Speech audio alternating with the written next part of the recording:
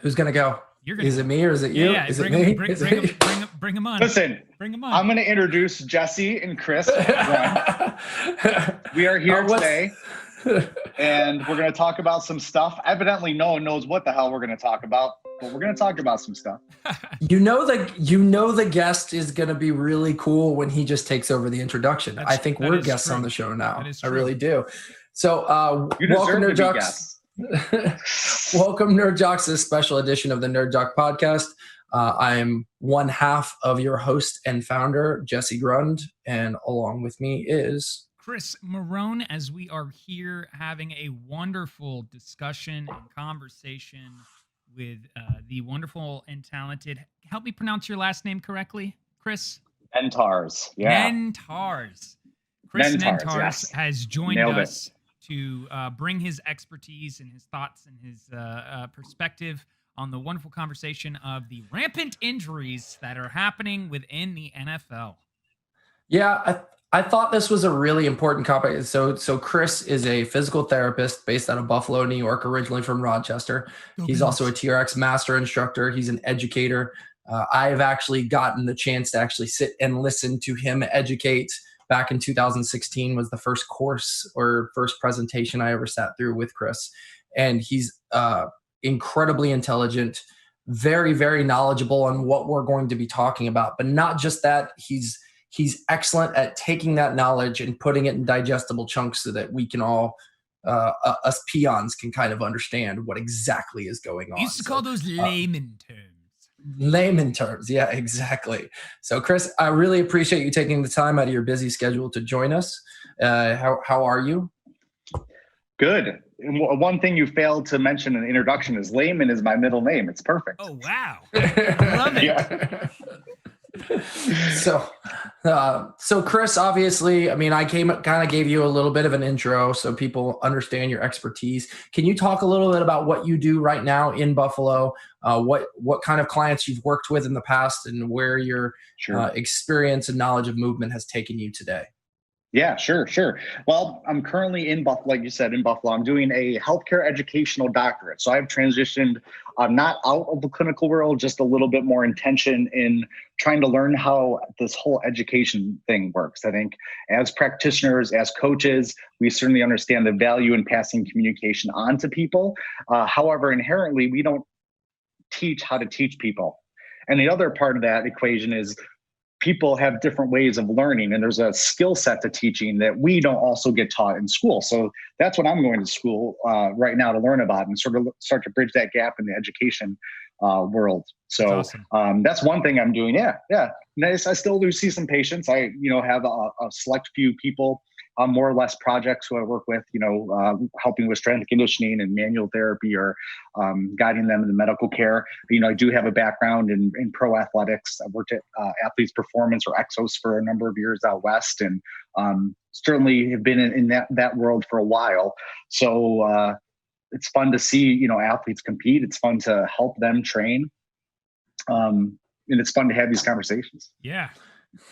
And I love what you just said there too about something that I think is extremely important. Is it's how many times have we learned something, but then we ourselves don't learn how to pass that knowledge on effectively and efficiently. And sometimes there's just like, I can think about my time growing up in school and being like, I have like one or two teachers that I can think about that did that well, and it should have been all teachers were doing that well. So where's the disconnect there in passing knowledge on, especially in this conversation, right, and regarding the human body to this extent? It's wow, we are far behind yet so far ahead. It's weird. Yeah. Everyone has a different viewpoint of what their body is. Everyone has a different starting point. Everyone has a different way of taking that information, and everyone has different goals and beliefs about why it's important. So it's hard to, people's relationship with their body is already broken. There's a lot of pieces that are put back together. And I think we're doing some really great things, and I think there's some things we could do better as well. So, but I don't know, hopefully we can contribute along the way. Yeah. And speaking of things that we could do better, I know, Jesse, you when you brought this up as a means to have this conversation and to do this episode, you were like, just take a look at the injuries going on in right. the NFL. And I just remember looking and I was like, Oh my God, so many names, so many teams with several players. If you want to, jump more in on that and kind of explain like how you just started to see that trend grow almost. It's been interesting. The NFL made a COVID-19 reserve list for obviously what we're going through in the pandemic. I feel like they should have made a hamstring reserve list just for all the hamstring pulls that have occurred in the NFL. It's interesting for me to see this because for me, and Chris, we can get a little deeper into it, but it tells me two things. It tells me most of these players were not actually taking care of themselves preseason when what should have been a preseason time period. The ramp up was just too fast. But there's more layers to that. But we're seeing hamstring injuries. There was a grade 2 pull it wasn't non-contact, but it was a cutback that I saw, and I'm just like, that hamstring shouldn't have done that. We've got MCL injuries. We've got star players tearing their ACL in non-contact fashion. And we know that non-contact ACL injuries are they're on the rise in the youth, and that is carrying over into the professional world. So I just think it's really interesting that and Chris, if you're in Buffalo, so obviously the Bills are 4-0 and everybody's circling the wagons up in Buffalo right now, but I'm sure, and they've been pretty, not having as many injuries. Have you been paying attention to what's been going on out there? Injury-wise in the NFL? Sure. Certainly I've noticed the number of, and it's not just in the NFL, it's, across all sports. So if you look at pro soccer, if you look at baseball, there's just a high number of soft tissue injuries. So put that under hamstring strain, groin strain, calf strain, having someone go to the sideline to stretch their calf and get a cramp, right? All those probably go under the same category. And these guys are pro athletes. They do it for a job, and there's pretty high injury risk anyway in the athletic community. But I think certainly there's something to be said about the amount of injuries we've seen lately. And I think, I think it became on our radar probably, I don't know, and we shared a workout in April together, and you and I were game planning for, so what does this mean as we come back to sport? What does this mean? And that was the biggest thing that we talked about is, hey, people are going to have soft tissue injuries. We knew that. And I have my opinion why that might happen, and I do want to say that I think a lot of these guys, they're pro athletes. They did the best they can to take care of themselves. I know in the select community that I'm here in Buffalo, and the sports medicine team in Buffalo did a really, really, really good job, an intelligent job at doing some of the things that they needed to do. But these things do happen, and we're living in extraordinary times right now. So I would love to have a little deeper conversation of why you think that happens. And I guess a lot of it is, it's not what happened in the past, it's how are we going to move forward. So how are we going to get game plan for spring sports such as track and field? How are we going to take these guys now who have a chink in the armor, right? They have a ding in the armor. How are we going to make sure that they can stay healthy the rest of their career and make sure a hamstring injury doesn't turn to an ACL injury, which, by the way, we've seen already in the last couple of weeks. Sure. I mean, the hamstring is the decelerator of the knee. So, I mean, they kind of end up going hand in hand. Just for people to kind of understand, because you understand mechanism of injury a little bit more, can you just briefly kind of explain the difference between a hamstring pull and maybe even a hamstring strain for those? And then maybe a little bit about the ACL, because that's one of the ones that obviously is the game ender. ACL tears, your season's done. It's not like an MCL that maybe you can play through, maybe it can get better. Why the ACL ends up being something that totally ends your season as soon as you tear it. Yeah, sure. Well, let's talk about the hamstring first. The hamstring is essentially, in my mind, I think of it as 4 or 5 muscles. So you have the beefy bicep femoris, long head and short head. So you can almost treat that. If you're a manual therapist, you're probably going to treat that as 2 separate muscles. So that is the force generator, right? That's I'm going to get up and get going and really change directions and get you out of the gate. Whereas semimembranosus and semitendinosus, and I also throw adductor longus in there because it shares origin and insertion with those muscles. And especially if you're dealing with a lineman or a soccer player who tends to externally rotate more, or a hockey player, all of a sudden now that adductor is now a little bit sagittal plane friendly. So it can very much so start to act a little bit like a hip flexor. So sometimes these groin injuries are really hamstring injuries, and these hamstring injuries are really groin injuries, if you want to decipher the difference based on traditional anatomy. But the semimembranosus and semitendinosus are a little bit different because they're very long. So biceps femoris is beefy. Semimembranosus and tendinosus are essentially long tendons. So they're going to be more prone to things like tendinopathies or reactivity injuries versus bicep femoris, where you're probably going to be dealing more with soft tissue straining in the muscular tissue. Semimembranosus and tendinosus, you're probably going to deal with muscle tendon junctions. So the mechanism of injury tends to be a little bit different for each of those, which I think is important. And I think if you're looking at traditional exercises, the strength coaches in the NFL, they do a good job, right? They are at the highest level of their profession. And a Nordic hamstring curl, while it's good, it's not like sprinting in a game. And while practice is good and scrimmaging is good, it's not like game time experience. So I think if you look at the injury mechanism as far as biomechanics and the load demands on speed, it's very different than what the exposure was in practice.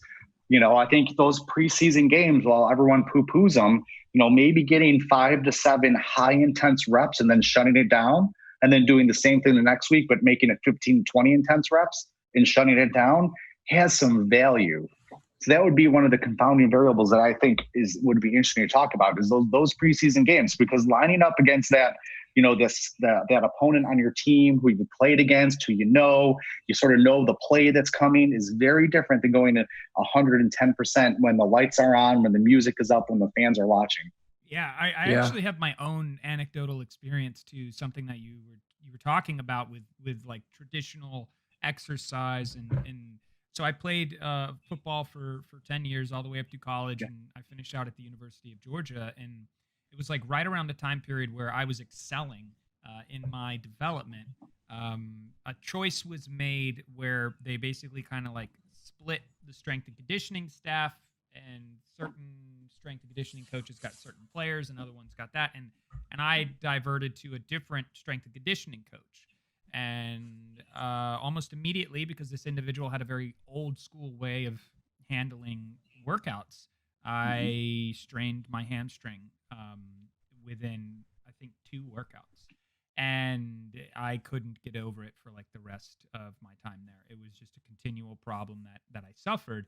And I thought it was really interesting because as you were speaking, I was like, where is that education kind of still plaguing us and not updating with the times? It's like a Windows operating system of Windows 98, and everybody's running around with these, this Windows 10 and these upgraded operating systems, but we just haven't caught up.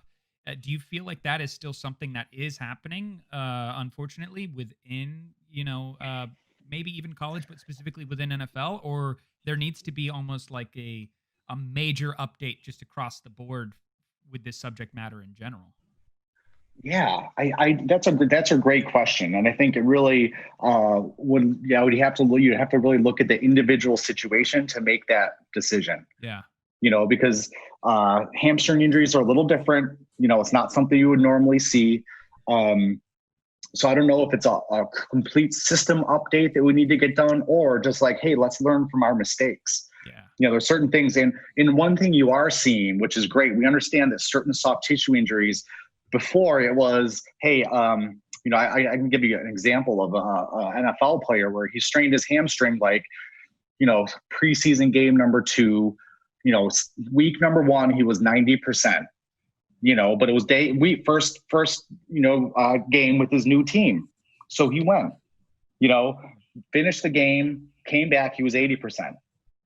Week 2, he happens to be playing his old team. Okay. Right? So he goes. Third quarter, strains his hamstring out 6 weeks. So what you are seeing now is that we're not pushing the envelope as much. And a lot of these guys who you see have little hamstring strains, they'll let them sit for a week or two, thinking about what the goal is, right? The goal is to make the playoffs. The goal is to be healthy in the playoffs. The goal is to win a Super Bowl. So if we have to sit you for a week early in the season, especially if it's a game that doesn't mean anything, let's figure that out.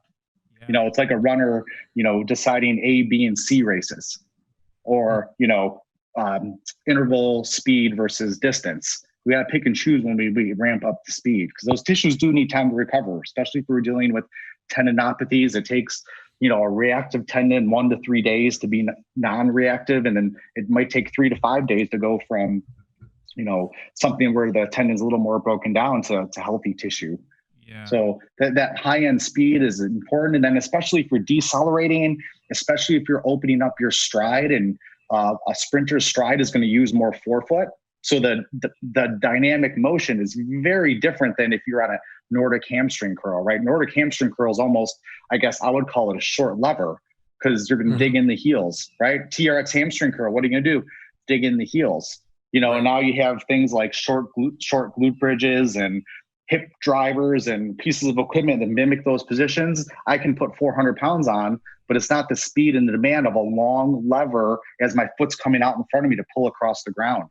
So what we might think is good glute and hamstring training, it might be good, but it might not meet the demands of having that foot out extended in front of us. It's incomplete, I think is what you're getting at, which I would argue that, you know, though there are some very good college and pro strength and conditioning coaches out there, I think they're still outnumbered. And I have people I know in the industry, and you probably do too. And I would say the good ones are outnumbered by the bad ones. I still think we have people functioning off of 1970 science and trying to, you know, load things that don't need to be loaded. You've got players who work out on their own in the off season and do some crazy things. I remember seeing a video of Myles Garrett from the Browns doing I think it was like a 400-pound back squat, to which I'm, you know, in my mind, I'm like, you're already in the NFL. Why are we doing a 400-pound back squat? And the knee valgus was just so extreme. And then he was doing box jumps holding 85-pound dumbbells. And I just remember watching it and going, what's going on here? Like, this doesn't, like, how is this to anybody, even the athlete, make sense? I want to backtrack a bit, because I think hamstring pulls and strains are things you can come back from, right? But when we talk about the almighty ACL injury, why is tearing the ACL shut a player down for the season? And why does that injury need surgery as opposed to an MCL? And I get this question a lot, and I think you're going to say it a lot smarter than I do. But why I can injure an MCL and be out 5 weeks. I injure an ACL, I'm out, you know, 6 to 12 months or whatever it is, based on how they do the. We're kind of past that now, I would say, but I would say so. I know people in the past have suffered that. They tore their ACL and they could never come back. It just never. We're actually using and Chris can talk about this. We're actually using tendon to replace ligament in some ACL reconstructions, and finding the body then just treats it as a ligament, which I think is really interesting and cool. It doesn't happen all the time, but I think that was kind of an interesting thing. He knows a little bit more about that ish than I do, but the almighty ACL and why those injuries end up just ruining people's athletic careers. Well, it's just it's a tough injury. You know, when you injure the ACL, you're probably changing the intrinsic mechanics of the joint more so than other ligaments. So the ACL is meant to stop movement of the tibia and femur. It's supposed to stop the tibia moving on the femur. And, you know, so anytime you plant or cut or jump, the ACL really does help slow your body down. In addition, the ACL is very neuralized. So any structure in our body has mechanoreceptors, proprioceptors, free nerve endings. So the ACL has a very high proprioceptive feedback mechanism to the body to help reflexive stability. So a lot of times, if, you know, I tore my ACL, that's how I got into this. And a lot of, you know, for 6 months, I just didn't feel like the knee was mine. Like, there it is, but it's not doing what I wanted to do, right? I could press weight, I could pull weight, but it just doesn't feel like it's the same thing. So I think for those reasons, it changes the intrinsic biomechanics and stability, and it decreases the amount of feedback that we can get into the system to help make appropriate movement decisions. Wow. Yeah. It's a, you know, I've seen some quick recoveries from it. But I would argue what you're talking about, you know, players aren't quite the same, or they have to work really hard, really hard to get back to where they were before. And I think non-contact ACL injuries are always the most troubling, because exactly what you're saying in regards to its ability to slow us down. You can't help trauma, when there's contact and things happen. Like, you can mitigate it as much as you can by trying to make things as mobile and force receptive as possible in regards to access. But trauma is trauma. And if a helmet hits you in the knee and your ACL goes, that's part of the game.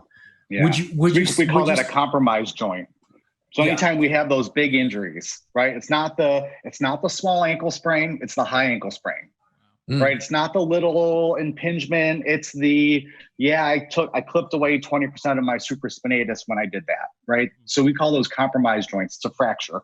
Those are just always a little bit different than some of the other soft tissue strains or reactive tissues that we see, Yeah. So that's where you draw the line there. I'm on board with you. Do you think, and this is something that I find interesting to talk about, just like better education is just generally helpful for all. Do you think, from your own opinion, perspective, that the education of the human anatomy and how the body works is as big or as much as it could be? Or do you think there could be a better way of educating with our professional athletes who, like you were saying, this is their job, right? This is what you do. It's like, I think of like anybody in racing, right? Those NASCAR drivers. Yeah. A lot of them don't just only drive. They know how the car works. Yeah. They know if something's going wrong. And the people who obviously come and work on the car, they know everything about the car if there is a certain thing to fix. But does that actually translate to something like the NFL and Major League Baseball and soccer? Yeah. Do they have that same knowledge about their machine? Of course, the answer is it depends. But I will tell you, from being outside in over the last 20 years, or I would say 15 years working with pro athletics, it has come a long way. It really has, which is great. Do we need to be better as an industry? Do we need to be better in school systems, developing physical education that's not only physical, but education and not just focused around ball sports? 100%. Do teams need to be better? I don't know. They're getting better. I think, and we're starting to see collegiate sports making that change too. We're starting to understand, hey, a lot of teams now are sitting athletes for their first year. And they have research now that says, hey, if you sit your first year, you're going to be a lot better for the next 4 years. Wow. Right? Let's let your 18-year-old or 17-and-a-half-year-old body develop before you're playing out with the big girls and boys. So we are starting to slowly see those shifts. And what we're also seeing is athletes starting to take ownership of themselves, which is important. And the parallel stories, like my grandparents, I love them, but whatever the doctor says goes. So, and I could say the same thing. I saw a very well-known practitioner over the weekend, and, we're working through his discomfort. And I'm like, yeah, this is more like nerve pain. It's probably not the, joint in your back. You are dealing with some symptoms in your leg. He's like, well, then I need to get, Valium to decrease the nerve pain. I can't do any exercise until I have Valium. And that's really what he believes, which is interesting. We're starting to see a shift away from that. We're starting to see athletes take ownership. We're starting to see parents help educate their athletes. And we're starting to understand those things. And it's conversations like these that'll help. So for those people out there, if you're hearing this, share this story. Whether you're pressing the button to share the podcast or not, share the story, because a lot of the injuries we're dealing with are preventable. There's a lot of information out there that's good. There's a lot that's bad. So don't forget that this is, see this as a relationship, and it's an ongoing conversation. So important. I think it's really cool that you kind of touched on the preventability. I would argue, and you've been in this longer than I have, for everybody at home, I'm 8 years into my career and first year as a strength and conditioning coach for a football team. I would say, and I don't have the experience of seeing multiple teams and generations of players like you have, I would probably argue we have some of the most dysfunctional athletes as human beings that we've seen maybe ever, because I think there's something that transitions over, and it may be hyperbole, but I think there's something that transitions over from the level of sedentary behavior and specialization in sport, which we see very early on specialization now that we didn't before, and that transitions into less functional human beings. Somebody who's I've got a 14-year-old who's got the low back of a 40-year-old, and he's a quarterback. Like his L5S1 has issues. His hip doesn't actually have any function to it. So I think it's interesting, and maybe you can talk to this. I think see where I'm going. Most of the injuries that we're seeing in the NFL are all young players. The veterans are fine, which I think is really interesting. That what we're seeing, yes, it's a younger league right now, but we're not seeing guys who have been in the league for 5-10 years actually getting injured out there. We're seeing these younger guys who are supposed to be quote unquote more resilient than the older guys out there. Is that a fallacy? Is that a logical fallacy? Or is there something to the fact that maybe we're not letting kids actually have training ages the way that they're supposed to? Well, I think that's a different sports specialization is a totally different category.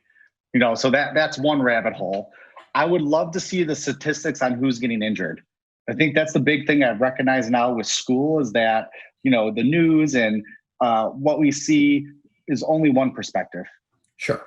It's only one perspective. And I don't know if it's all the young guys getting hurt. However, Tim Gabbett pointed this out. He's, in the more training years and the more successful practices you have underneath you, the more likely you're to be injury free. So to correlate that, to make that make sense, the better preseason you have, the better in season you're going to have. Sure. Oh, by the way, the better off season you have, the better preseason you're going to have, the better in season you're going to have. Sure. So, go ahead. Yeah. No, I was just going to say, as a strength and conditioning, I'm sorry to interrupt you. As a strength and conditioning coach, you don't ever write, this has been very interesting for me. You don't ever write just in season programming. Your programming is a full cycle of off season, preseason, in season, postseason. You plan everything out. It correlates all together. Like that's the whole main goal. Obviously, again, when you get into the pro ranks, these guys can kind of do, they negotiate. They can do pretty much whatever they want in regards to seeking out other people. But in college and in high school, you usually have all of that time, and we've been kind of robbed of that time. You're a movement educator. Like I said before, I've actually got to sit and listen to you speak in regards to movement. Do you feel like what we're seeing is, I'm just going to come right out and say it. I think skipping year 0, year 1, year 2, and immediately loading people in movement without having any acumen for movement is building a foundation on dysfunction. That you're just building compensation and adaptation to compensate and not actually efficiency. And I think we're seeing a little of that. I think we're seeing high school kids trying to obtain college numbers and high school coaches trying to do things that college coaches are doing.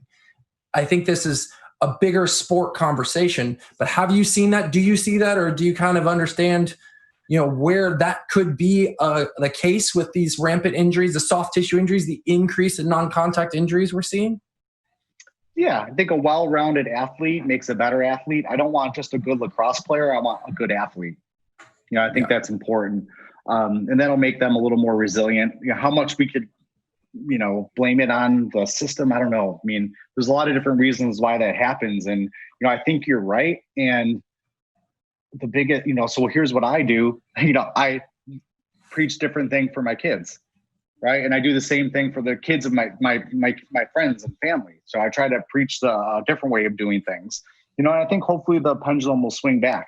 Yeah. And you're absolutely right with everything you say. Yeah. So it's an interesting combination too, because it goes back to the first comment you mentioned about how you want to, teach people so that they learn, but they also can pass it on, the right way. That if it's, ingrained early on, that PE in school isn't just you run around outside and you play, but it's actually this building the foundation of movement, building all of these, the right blocks Because if your foundation's weak on a home, your home's going to crumble when something, like a Yeah. natural disaster hits and it's just not prepared for it, right? And 100%. somebody else's home out there is just doing just fine, and you're like, what? How did mine go down? So if that's a thing, I guess that's this is like a big question. Is it gonna take small conversations leading to a big conversation to eventually get to this type of change within how we're educated, even if that is on a state level to then a national level? Like, is it just going to be that grassroots movement? Yeah. Hey, want to know what? I think if we want to change politics, you need to vote, right? And then there'll be some people who will voice their opinions to other people, which is great. And there will be some people who want to more formally take a stand, and that's great too. It is just really about action. And it always starts with boots on the ground. It always starts with that individual conversation. It always starts with doing the right thing by your team, right? Setting the example, showing people through action, and creating a track record of success, and then everything else will follow. I think you guys are doing the right thing by sharing your voice with people. So I think that's a good thing as well. So it starts with boots on the ground. I think professional athletes make horrible case studies. Let me repeat that. Professional athletes make horrible case studies, right? They are unicorns. It's very, specialized. It's very different, right? When, I had a part of a CrossFit for 5 or 6 years, and what you see on TV is not what CrossFit is on a day-to-day basis, although people believe that. Right. So we can't use this platform of pro athletes always to water things down about how we're treating community, because it's a very different situation. Yeah, that's really good. Yeah, I would 100% agree with you on that. Real quick, want to backtrack to something you said just to get your expertise, because when you got the expert, you got to ask, what's the difference between a high ankle sprain and a low ankle sprain? Like what occurs? Why is it so much worse to go higher than lower? Because I think the layman human being is like, high ankle, I've only got one of these. What are they talking about? I think it's important that you rarely see a high ankle sprain without a low ankle sprain. So essentially, as the ankle rolls, you'll progressively strain the ligaments. The first ligaments will generally get strained, typically are the ones in front, and then as the ankle rolls further and that tissue is taken further into end range, you'll start to peel back those upper ligaments. Right. Sometimes you'll even get the peroneals that come on the outside of the foot involved, and people have bruising in those muscles or ecchymotic area in those muscles after a strain. And then the sesamoid's also involved. So there's actually a membrane between the tibia and the fibula. Right. So those bones have a bunch of stuff that travels between them, and there's a thin membrane that helps hold those together. And a lot of times that membrane will get torn. So intrinsically, there'll be more glide between the tib and fib, and that's another characteristic of a high ankle sprain. So we like grow a second. It'll grow a second ankle. It'll grow a second ankle as a football player. Like there's not there's got a higher ankle and a lower ankle. Yeah, we love to grade these things. We need to grade these things. We need to come up with specific terms. But it's like a sports hernia. What is a sports hernia? It probably means 20 or. Here, give me 5 minutes. I'll name you 20 or 30 sports hernias. I can probably name 15 in 60 seconds. Ready, go. But it's a trashy term, just like high ankle sprain is. So usually you're going to get 1, 2, or 3 of those other structures involved besides the lower ankle sprain. So that's the case when someone's like, you strain your hamstring, you pull your hamstring, and you tear your hamstring. That's right. It's very similar. It's just language created to give some sort of scale of damage, maybe. I don't know. That's right. There's like there's grade 1, but there's three levels of grade 1. Yeah. Right. So it is. I think it's interesting. Oh, by the way, we were talking about ACL injuries before, and we're talking about athletes not knowing. I want to point something out. A lot of times when you see an athlete tear their ACL, what are they on the ground doing? They're not writhing in pain. What are they doing with their hand? Right? They're punching the turf. Mm-hmm. Right? Or they have their hands over their head. Listen, they're not in pain. They're educated. They know they tore know their what happened. ACL. They're not upset because the pain they're in. They're upset because they know they have a year of work ahead of them. They know what happened. So I think that's something to point out about injuries. And that's actually what I'm studying, what's called health literacy in university. That's what my dissertation is going to be on. And it's how we could take information and use it on ourselves. And I'm specifically going to study musculoskeletal health literacy. But that's the idea. So a lot of these athletes, they are educated. They do know their bodies. They're not in the pros by chance. Some are, right? Some are just God gifted and some get lucky. But a lot of those guys, they have to work hard. They have to have a team around them. And they know their body's pretty good. And you're starting to see that better and better. Do you think, and this is a obviously very opinionated question I'm going to ask. Do you think there is a place, because sometimes when I see an athlete who's still playing, and you're just like, wow, you've been in this for a long time. Do you think there is a place where the body is like, there just needs to be professionals who's like, hey, you need to stop for your personal well-being, for your future, you need to you know what I mean?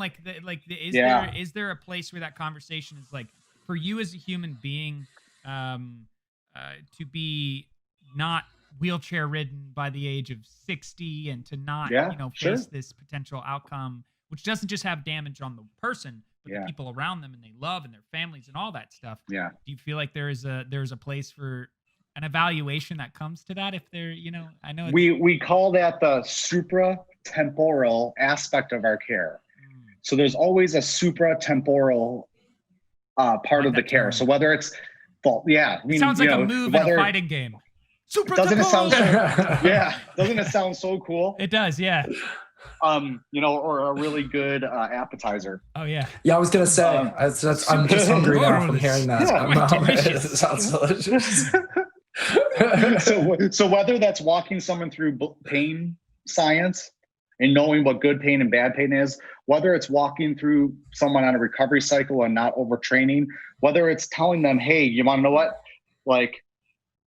you're putting your name on the line. You know what you're risking. That's what these athletes are risking, right? But at the same time, they're like, yeah, but want to know what? And I've had these conversations. Yeah. Hey, Chris, but if I play one more year, I could take care of my whole family for the rest of their lives, right? Or hey, you want to know what? I know what I'm putting myself at risk for. I'm willing to, I'm willing to do that because for these other reasons. So it's always a trade-off. And I can tell you that when I was first with a very big organization, we had an athlete she probably had some psychological distress on board. She certainly was having, anxiety and high performance issues. She was on all sorts of stimulants and supplements. And during the meeting, I said, hey man, is anyone talking to this athlete about her mental health? And, maybe this is not the thing we should do for her. And everyone looked at me like I spoke like Voldemort's name in Harry Potter or something. Yeah. You know what I mean? It was like, here. Chris, what you can't say that. And then, my director was like, yeah, we understand that, but that's not how we operate here. We're helping them be good for their bodies or being good on the court and on the track. And I got it. So, when I didn't work for a big organization and when I handle my players, I have different conversations. Yeah. So, of course we have those conversations. Am I going to tell someone not to play per se? No, but I'll tell them what my opinion is and we'll be objective. I think that's something that's really important is we need to be objectives. You need to look at the X's and O's. You need to look at your metrics. You need to be able to visually see things. You need to be able to tie into what the athlete is really telling you and have that relationship. If you could do those things, it makes things a lot easier. Yeah. Yeah. I think, okay. So now let's go talk about concussions. No, I'm just kidding. That's a rabbit hole I don't want to go down right now.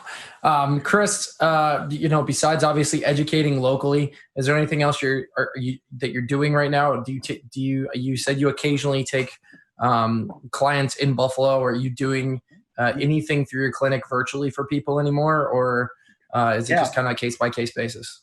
Yeah, I put that on the back burner a little bit. I'm working with Duville College now where I teach.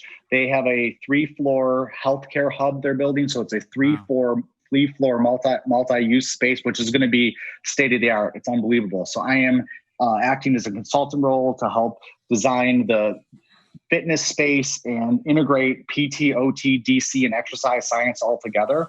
We're one of the few campuses in the country who has PT and chiropractic college on the same campus. Wow. So this year I rewrote all my syllabi. So all PTs and OTs and DCs can come to the courses. So a couple weeks ago, we had PTs and DCs in the same room doing education, which was awesome. Wow. And in the first part of the day, everyone was a little separate, right? Everyone sort of like PTs took to themselves, DCs took to themselves. We were doing a kinesiology taping and sport taping Can you course. fill in PT, DC for anybody who's like, what are those? Oh, yeah. Names? Physical therapists. DC is doctor of chiropractic care. Cool. So chiropractors and physical therapists. I've been hanging out in the academic realm too long. Yeah. So I just had a moment. Forgot about your middle name. Yeah. You forgot about your middle name already. Jeez. Yeah, that's right. So halfway through the day, I made everyone, when they're doing their technique, I said, all right, now get someone you don't know. Ooh. From the other program. And it was great. I mean, and typically the way these things go is you do the technique and it takes 10 or 12 minutes and everyone sort of works their way back to their seats. But after 15 minutes, the room was buzzing. Wow. After 20 minutes, the room was still buzzing. After 30 minutes, the room was still buzzing, but I had so much to do. I had to interrupt everybody. Yeah. So that's really what I've been working on. And that's the project I have on my radar now. Another thing I'm doing is working with Theragun. So Theragun is certainly the leaders of percussive therapy. So we've redesigned their education. We've launched a new practitioner course. We have one coming up in the next couple weeks, which is really exciting. It has an interdisciplinary feel to it. It has a really big neurology component. So if you're interested in neuroscience, if you're interested in the deep dive proprioceptive components of motor control, if you're really into that aspect of musculoskeletal and movement science, it's a great course. We've spent a lot of times, and there's some of the industry leaders who's helped give us content for that course. So that's something I've been doing a little recently as well. That's awesome. That's very cool. I just have, one final thing I guess I would ask you to do for anybody who's maybe listening or is kind of, sitting here and hearing all these terminologies and just kind of this education. And some people are like, how does, what he's talking about maybe relate to me in my current situation where I'm not this professional athlete and I'm not in this space, but I'm sitting a lot. And maybe I do want to not feel the pain that I might be feeling when I walk down the stairs or walk up the stairs. Is there I know of cars, as Jesse introduced me to that and working on that. Do you have a kind of thing for like the beginning journey to give people maybe some tools and some notes if they're like, I want to start building the right foundation or what can I do now to maybe help my future? Yeah, I think game planning is big, and write down some non-negotiables. So I have about 5 movement non-negotiables that I do all the time. And one of those things might not be sitting for like more than an hour, even if I'm driving somewhere, and I try to get up frequently. I call them movement snacks. We understand how we should eat, right? Yeah. Multiple meals throughout the day. Why not handle movement the same way? And I find out that works for me. It helps me keep in shape. It helps me just feel good. So frequency is better than intensity sometimes. Game plan. It's always good to have a goal, and it's always good to write it down. Even the dullest pencil is better than the sharpest mind. So there's something about putting pen to paper and writing down your goals and figure out what those non-negotiables are. So for me, it's a daily mobility and meditation practice. It's strength training at least twice a week. It's something a little bit metabolic, at least, twice a week. And it's, a couple long walks with loved ones. That's the dirty secret. That's my favorite exercise. I need to get outside. I love hiking. I love fishing. And not just because of my physical body. I don't have a 6-pack like I used to. My biceps aren't as big as they used to be, but I feel good. I feel like I could tolerate my energy levels throughout the day. I feel healthy. And I think right now, as I'm going into like a high output time in my career, that's just fine. Yeah, that's cool. Yeah. I think that's all great advice. Chris, really appreciate you taking the time to join us today. It's amazing. You're so incredibly well-spoken and smart, and your mustache makes me jealous. Yes. So, yeah. One day, you guys are very entertaining. Right? One day when my genetics want to gift me a mustache, I hope it's like yours. It's like we share genetics or something. Yeah. I don't gotta let it grow, it. man. What is that about? No. It doesn't. It doesn't actually work that well. So that's no. I look like 14-year-old Captain Jack Sparrow if I try and grow facial hair. It's not good. That's perfect. Perfect. It's not. This is definitely not good. Yeah. So I'm trying to keep up with Stu McGill. Right. Oh, geez, dude. Do you have a presence online or anything like that where people can come and follow you and maybe learn more about you and pay attention? Just my first initial last name, C Nentarz, Nentarz. Nentarz. It's easy. You sound like a video game system right after Atari that tried to take advantage of Atari, but it just didn't work out. Did you buy the C Nentarz? I can't wait to go home and play it. Like, that's what it sounds like. I'm a nerd. What can I say? That's exactly. Real quick shout out. T-shirt that I'm wearing, and Chris, I'm gonna make you sit through this. Yaters get a Yate. It's funny we're talking about football. Field Yates of ESPN actually sent me the shirt. I made a small donation to ALS. He sent me a message and said, "Hey, I'd love to send you a shirt," and sent me a shirt. He's a fantasy football and NFL commentator and just a super educated guy. So really thankful for this really cool shirt that I'm wearing right now. And also donate to ALS research. It's such a good cause. I mean, there are a lot of good causes out there. ALS is definitely one that just, even if you're going to spare $5-10, do it. So absolutely. High five to Field Yates. Yeah. High five. Field Yates. Thank you. All right. Well, for Jesse Grund and the Nerd Jock podcast, thank you so much for being here, Chris. And Nerd Jocks, we'll see you again very soon. Absolutely. I'm Chris Marone. We will catch you later. Thank you again so much, Chris. Everyone, have a wonderful rest of your day. Woo, bye.